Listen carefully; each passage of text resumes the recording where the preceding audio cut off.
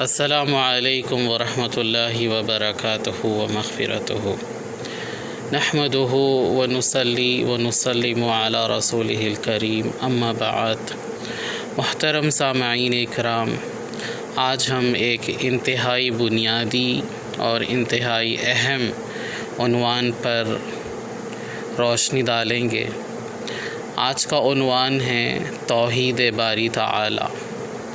ہم بحیثیت مسلمان توحید کو سمجھنا ایسے ہی فرض ہے جیسے کسی بلڈنگ کو بنانے کے لیے آپ کو ایک مضبوط بنیاد پہلے ڈالنا ہوتا ہے، اسی طرح ایک سچے اور ایک پکے، ایک صحیح العقیدہ مسلمان بننے کے لیے جس بنیاد کی ضرورت ہوتی ہے اس کا نام توحید ہے، عقیدہ توحید۔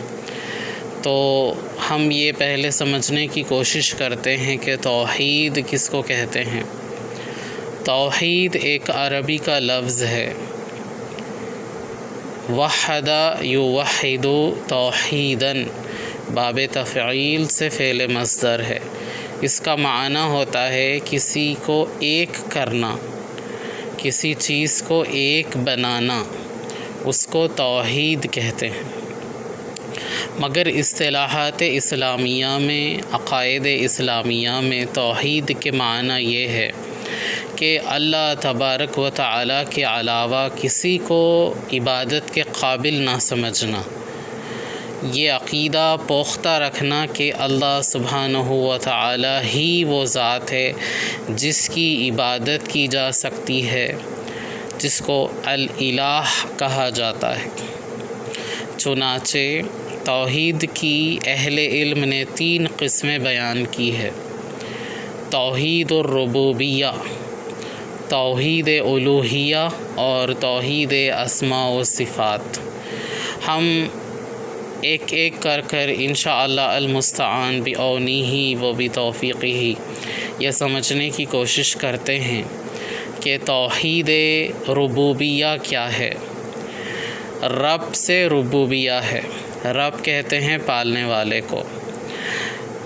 اس عقیدے کے اعتبار سے ایک مسلمان، ایک مومن کا یہ عقیدہ ہوتا ہے کہ اللہ تبارک و تعالی ہی رب ہے اور وہی رب حقیقی ہے، اس کے علاوہ کوئی پالنہار نہیں ہے، وہی جلاتا ہے اور وہی مارتا ہے، وہی زندگی کا دینے والا، موت کا دینے والا ہے اور دوبارہ اٹھانے والا ہے، اور ہر ذی روح چیز کو رزق بخشنے کا کام اسی کا ہے۔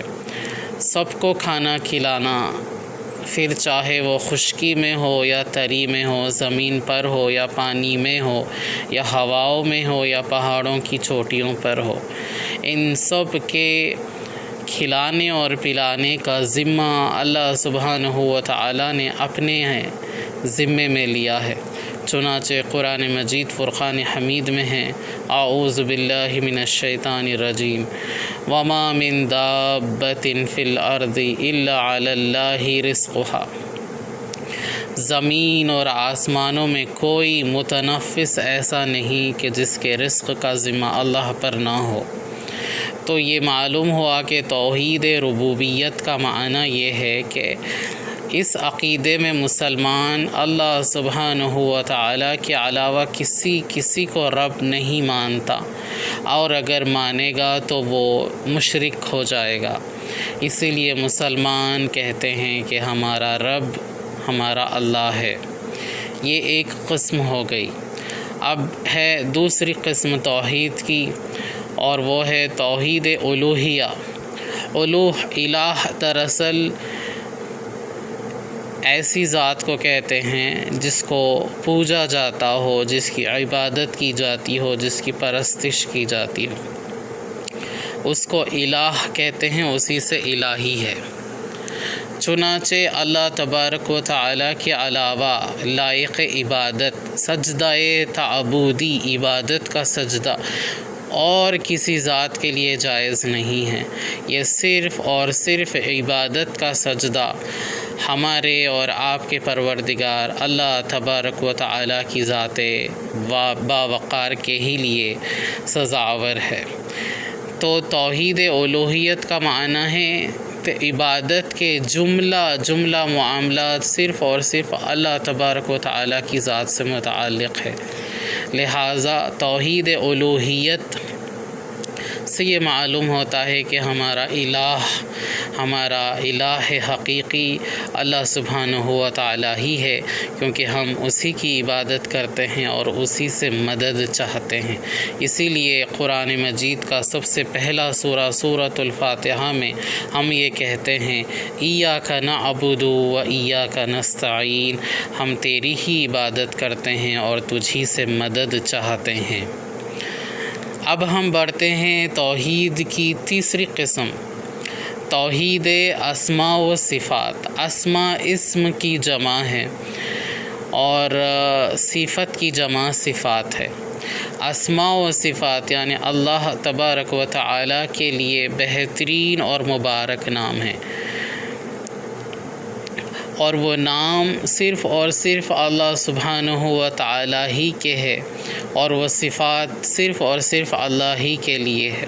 چنانچہ ہم الرحمن، الرحیم، الکریم یہ جو کہتے ہیں الف لام کی اضافت اور شرط کے ساتھ، تو اس کا معنی یہ ہوتا ہے کہ رحمان حقیقی صرف اور صرف اللہ ہے، الرحیم یعنی رحم کرنے والا صرف اور صرف اللہ ہے، الکریم، پر توجہ دیجئے گا، کریم کسی کو بھی کہہ سکتے ہیں، جو کرم کرے اس کو کریم کہتے ہیں، مگر الکریم اللہ تبارک و تعالی کی ذات ہے۔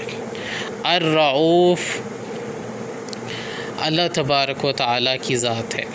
چنانچہ اللہ کی ذات اور اس کے صفات میں کوئی شریک نہیں ٹھہرایا جا سکتا۔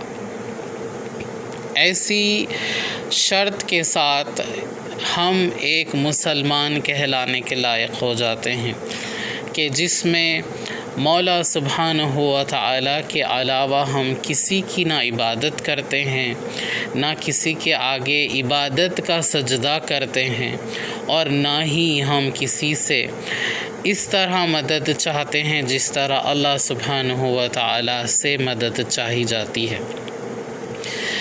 تو مسلمانوں کے لیے یہ شرط اول ہے کہ وہ توحید کے ان تین تقاضوں پر کھڑے رہے بعون اللہ و بتوفیقہ، کہ اس کے علاوہ ہمارا کوئی رب نہیں، وہی ہے ذات جو ہمیں پالتی ہے، پیدا کرتی ہے اور مارتی ہے اور دوبارہ اٹھاتی ہے، اور وہی ہے ذات جو ہمارا الہ ہے، اس کے علاوہ ہمارا کوئی الہ نہیں ہے، ہم اسی کی عبادت کرتے ہیں، اور وہی ہے کہ جس کے سب سے خوبصورت نام ہیں اور سب سے اچھی صفات اور خصلتیں ہیں، اور اس میں اس کا کوئی شریک ثانی یا ہمسر نہیں، نہ ہم پلہ ہے۔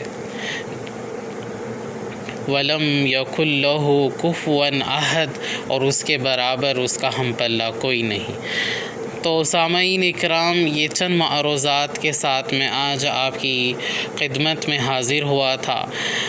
اپنے خادم شیخ سعید احمد قادری الچشتی کو بھی ضرور اپنی مخلصانہ دعاؤں میں جگہ دیجیے۔ وما علینا الا البلاغ وما توفیقی الا باللہ، مع السلام۔